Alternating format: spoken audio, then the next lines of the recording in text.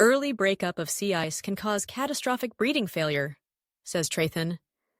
Emperors live around 20 years, so colonies can survive a few bad breeding seasons, but persistent changes can be disastrous.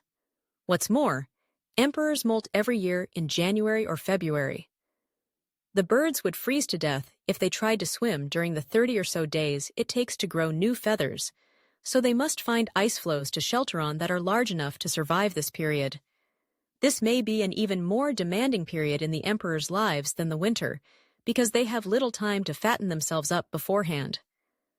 The adults are reliant on stable sea ice for molting, and for me, that's the greatest concern, says Gerald Koeman of Scripps Institution of Oceanography, one of the world's leading emperor penguin biologists.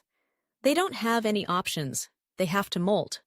Last but not least, the source of much of the penguin's energy, directly or indirectly, is krill, and krill also depend on sea ice.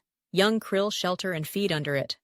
The sea ice is the basis of the Antarctic ecosystem, says Genouvrier. For now, there is still plenty of sea ice. In fact, the extent of Antarctic sea ice in winter has increased slightly over the last 30 years.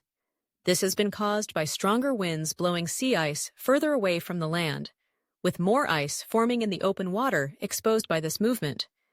The stronger winds are thought to be a consequence of ozone loss rather than global warming.